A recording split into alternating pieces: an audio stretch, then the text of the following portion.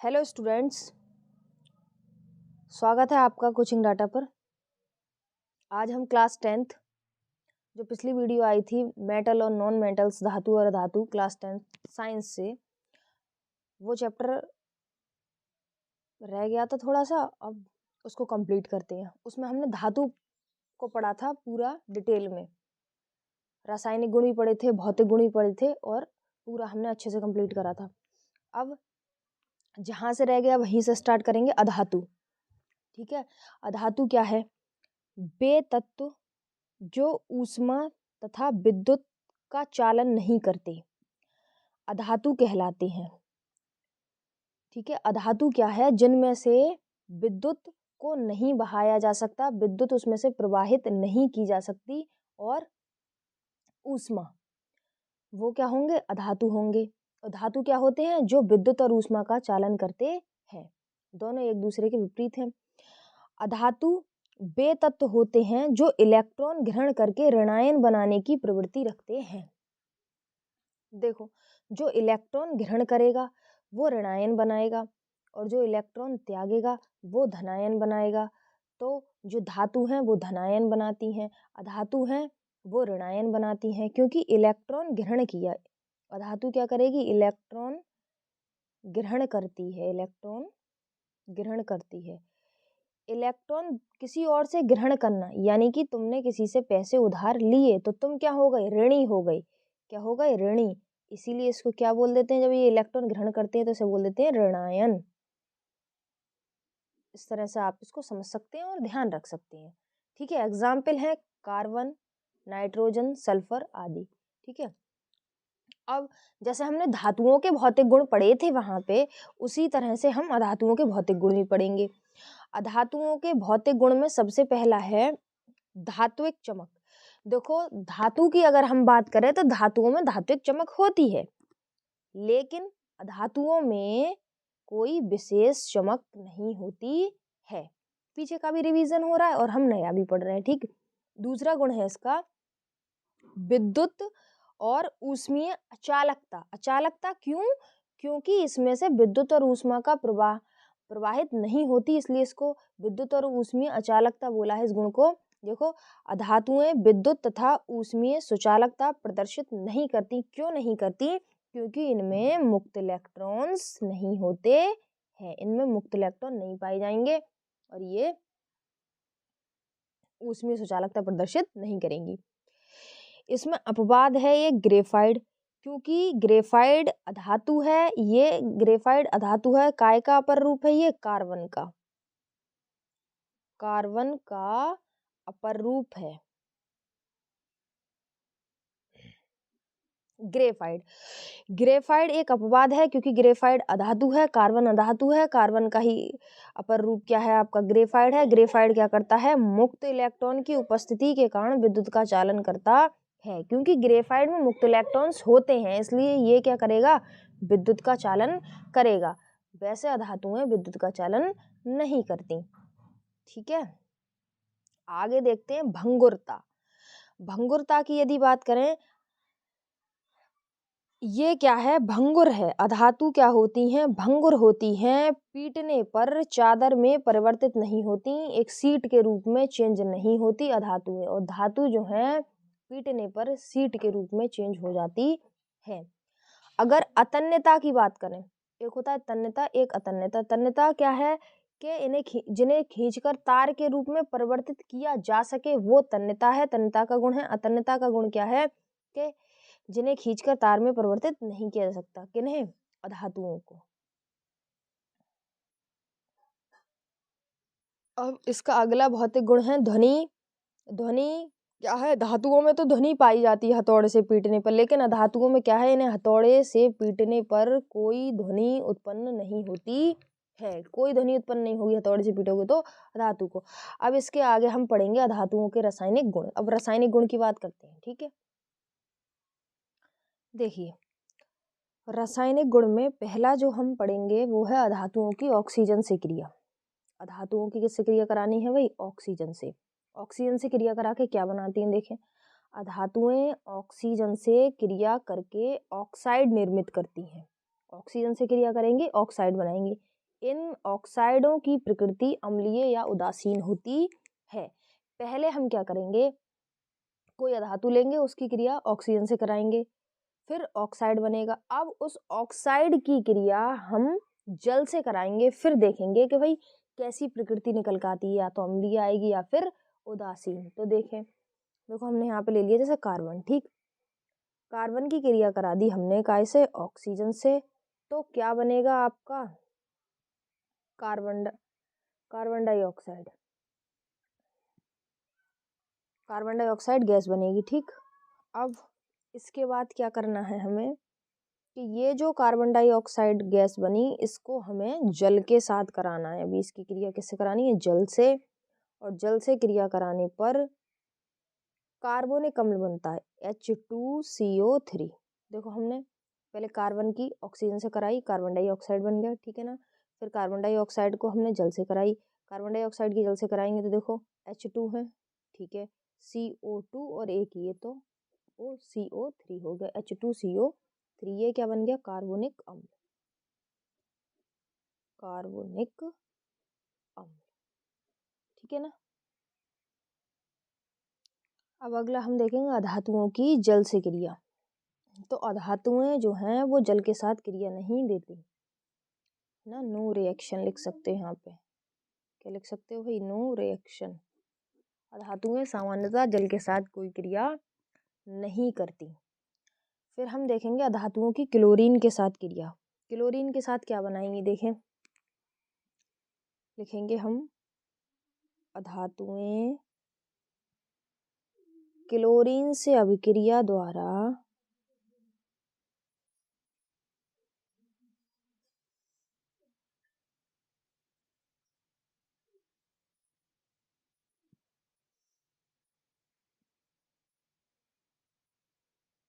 Chloride निर्मित करती हैं।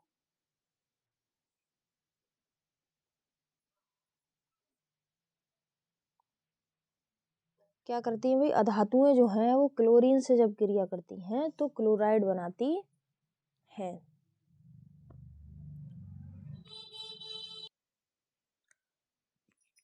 तो फॉस्फोरस, ये फॉस्फोरस है, और फॉस्फोरस की क्रिया हमने कराई क्लोरीन से, तो क्या बनता है, फॉस्फोरस ट्राइक्लोराइड। फॉस्फोरस ट्राइक्लोराइड हमने अभी बोला कि धातुएं क्लोरीन से क्रिया करके क्लोराइड बनाती हैं, तो क्लोराइड ही तो बनाया, ट्राई बनाया, डाई बनाया, इससे क्या फर्क पड़ता है, ठीक है। देखिए अगला हम देखेंगे यहाँ पर अधातुओं की हाइड्रोजन से क्रिया। हाइड्रोजन से क्रिया करने के बाद अधातुएं क्या बनाती हैं, हाइड्रोजन से क्रिया करने के बाद अधातुएं क्या बनाती हैं, हाइड्राइड बनाती हैं। हाइड्रोजन से क्रिया करने के बाद क्या बनेगा भाई, हाइड्राइड, ठीक है ना। हमें याद रखना है धातुएं हाइड्रोजन से क्रिया के बाद हाइड्राइड बनाती हैं।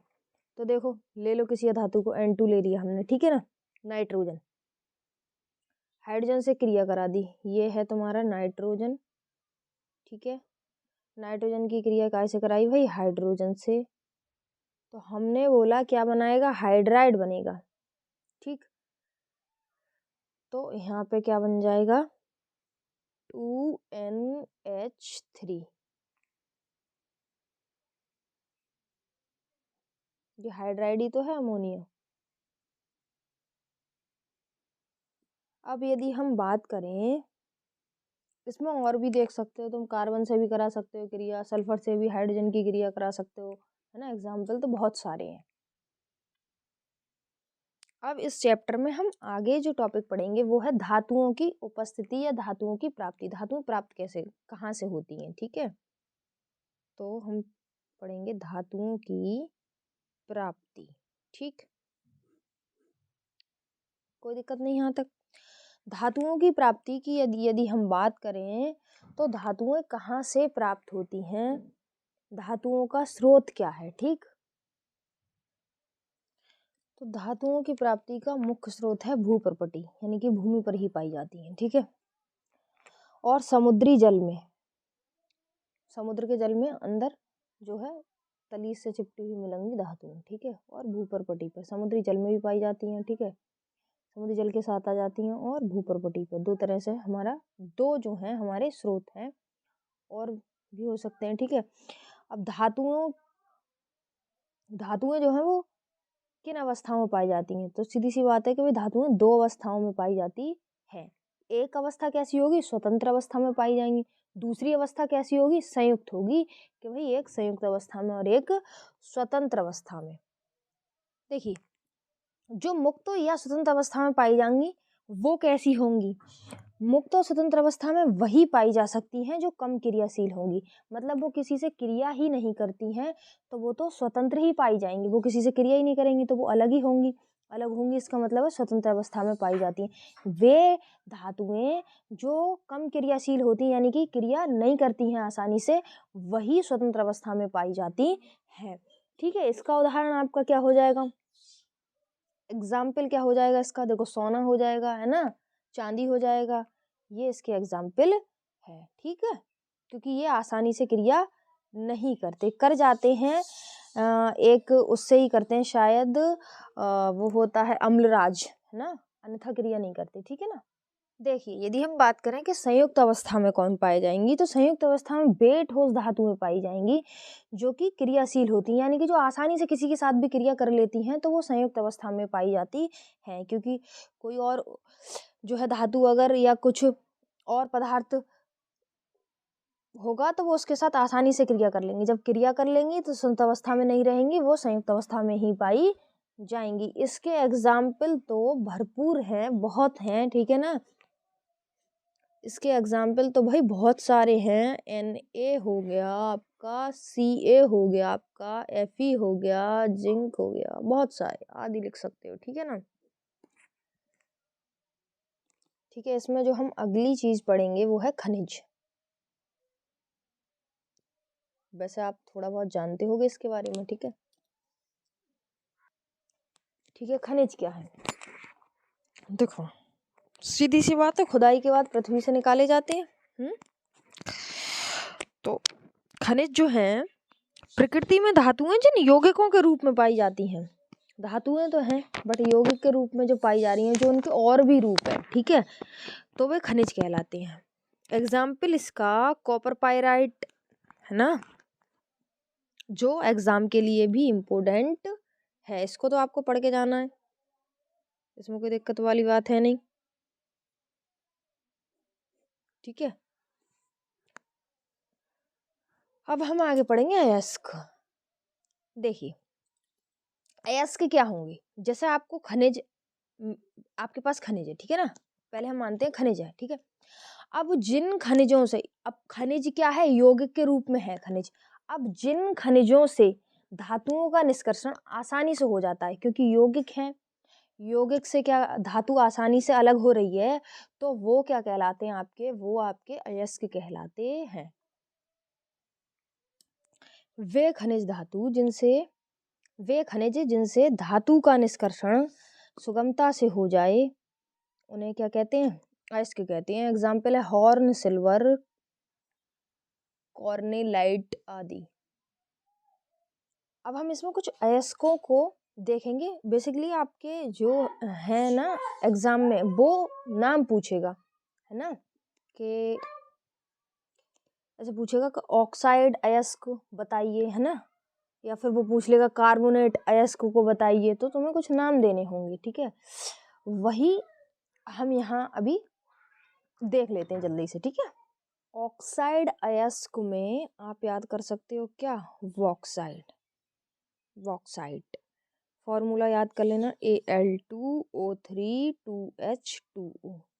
ठीक, और एक और याद कर लो, दो ही दो पूछे जाते हैं, है ना। क्या याद कर लेंगे भाई? दूसरा हेमेटाइट,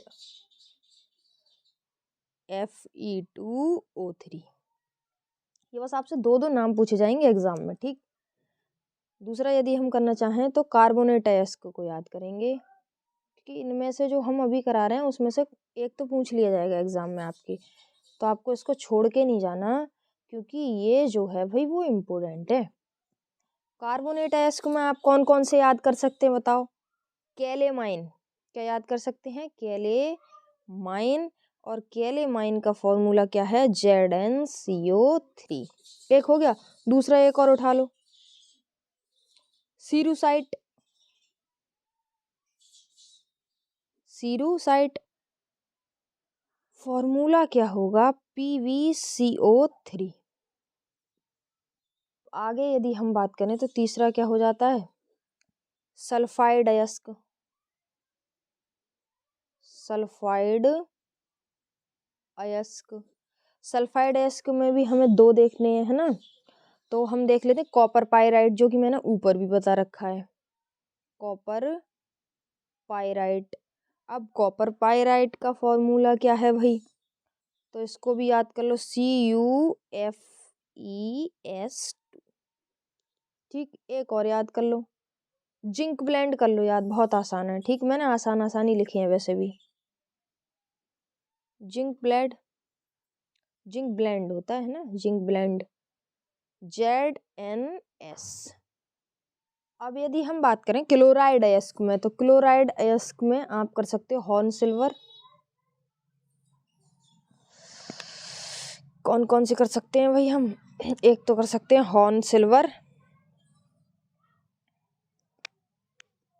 AgCl, और एक कर सकते हैं कॉर्नेलाइट।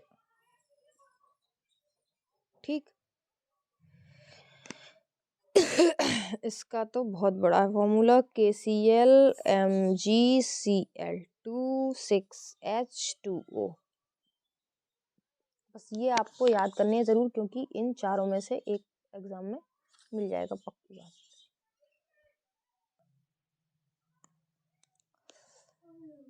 अगला इसमें जो इम्पोर्टेंट क्वेश्चन बनता है वो यहाँ से बनता है कि धातुओं का संक्षारण।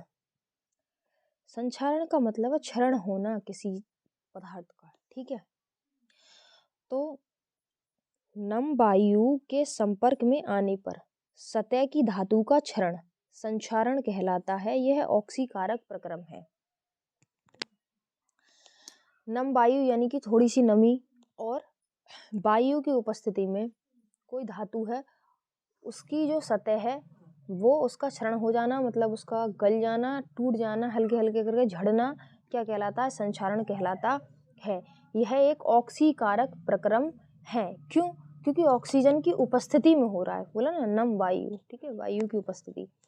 अब यहाँ यदि हम बात करें इसका एग्जाम्पल, आपने देखा होगा जैसे लोहे की कोई चीज़ और बारिश में या खुले में कहीं पड़ी हुई है, तो आपने देखा होगा कि वो नीचे से उस पर लगता है आपको कि हल्का हल्का झड़ जाता है और वो बहुत कमज़ोर भी हो जाती है। वो जो लोहे की चीज़ देखी होगी आपने, तो वो झड़ जाएगी, उस पर काई सी लगेगी। वो क्या, इसी का उदाहरण है धातुओं का संक्षारण का। जैसे लोहे पर जंग लगना, जंग लग जाती है लोहे पर, वो उसका क्या है? संक्षारण है। तांबे व कांसे पर हरी परत का निर्माण होना, जैसे तांबे की कोई चीज़ है, अगर वो नम वायु के संपर्क में आई तो क्या होगा? उस पर हरी परत चढ़ जाती है। तो ये धातुओं के संक्षारण के एग्जाम्पल हैं। देखो, लोहे का संक्षारण जंग लगना कहलाता है। वास्तव में संक्षारण एक विद्युत रासायनिक प्रक्रम है, यानी कि ये जो संक्षारण है वो एक रासायनिक प्रक्रिया है जिसमें धातु ऑक्सीजन को इलेक्ट्रॉन देकर ऑक्सीकृत होती है। जो धातु है वो इलेक्ट्रॉन दे देती है, किसको? ऑक्सीजन को। धातु ने इलेक्ट्रॉन दे दिया ऑक्सीजन को, फिर क्या होगा? संक्षारण होगा। इलेक्ट्रॉन देकर ऑक्सीकृत होती है और ऑक्साइड बनाती है। ऑक्साइड बनाने की प्रक्रिया ही क्या है भाई? धातुओं का संक्षारण। यदि हम संक्षारण की रोकथाम की बात करें कि इस संक्षारण को किस तरह से रोका जा सकता है, तो संक्षारण के रोकथाम के बहुत सारे उपाय हैं। ठीक है, इसमें गैल्वेनीकरण भी है, टिन लेपन, क्रोम, है ना, टिन लेपन, यानी कि लेपन नहीं कह सकते उसको, टिन प्लेटिंग बोलेंगे। टिन की परत चढ़ा देना, कोई धातु है उस पर टिन की परत चढ़ा दी, तो टिन जो है वो वायु और नमी से आसानी से क्रिया नहीं करता। उससे क्या होता है कि भाई धातु का क्षरण नहीं होता। और इसके एग्जाम्पल हैं धातुओं को मिश्र धातुओं में परिवर्तित करके, यानी कि धातुओं को पूरी तरह से धातु नहीं रहने देते, उसमें उसको मिश्र धातु बना देते हैं।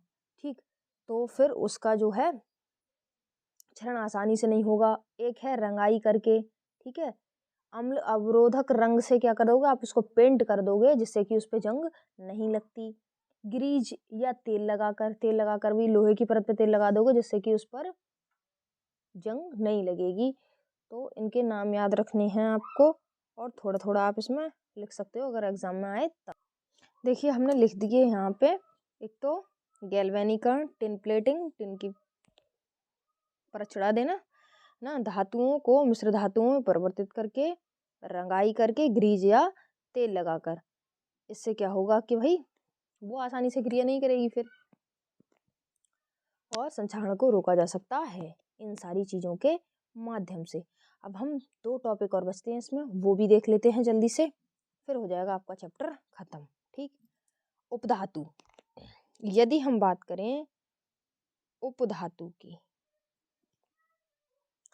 देखो उपधातु क्या होती है। उपधातु ना तो धातु है, ना तो पूरी तरह से वो धातु है, ना ही पूरी तरह से वो अधातु है। यानी कि उपधातु वह है जिसमें धातु व अधातु दोनों के गुण पाए जाते हैं। मतलब धातु की भी प्रॉपर्टी है उसमें, मेटल वाली प्रॉपर्टी भी है और नॉन मेटल वाली प्रॉपर्टी भी उसमें है। तो इसके एग्जाम्पल हैं एंटीमनी, आर्सेनिक आदि। ठीक है ना। यानी कि उपधातु वो है ना तो वो धातु है पूरी तरह से, ना वो धातु, यानी कि जिसमें धातु धातु दोनों के गुण पाए जाते हैं वो आपका कहलाता है उपधातु। देखिए मिश्र धातु क्या है। मिश्र धातु वो है दो या दो से अधिक धातुओं को गलित अवस्था में मिश्रित करने पर समांगी मिश्रण जो प्राप्त होगा उसको मिश्र धातु कहते हैं। मतलब मिश्र धातु में यह है, देखो इसके नाम से पता चल रहा है, मिश्र धातु का मतलब है धातुओं का मिश्रण। मिश्र धातु का मतलब क्या हो गया भाई, धातुओं का मिश्रण। दो या दो से अधिक धातुओं को गलित अवस्था में गलाने के बाद, ठीक है ना, गलाने के बाद जो फिर मिश्रण बनेगा नया, वो क्या कहलाएगा भाई, मिश्र धातु कहलाएगा। मिश्र धातु से ही समझ में आ रहा है कि भाई धातुओं का मिश्रण, दो या दो से अधिक धातुओं का। अब इसके एग्जाम्पल बहुत सारे हैं। पहला है अमलगम, और ये भाई इम्पोर्टेंट है, ठीक है ना। अमलगम, अमलगम काय काय का मिश्रण है। तो अमलगम तांबा, सोना, टिन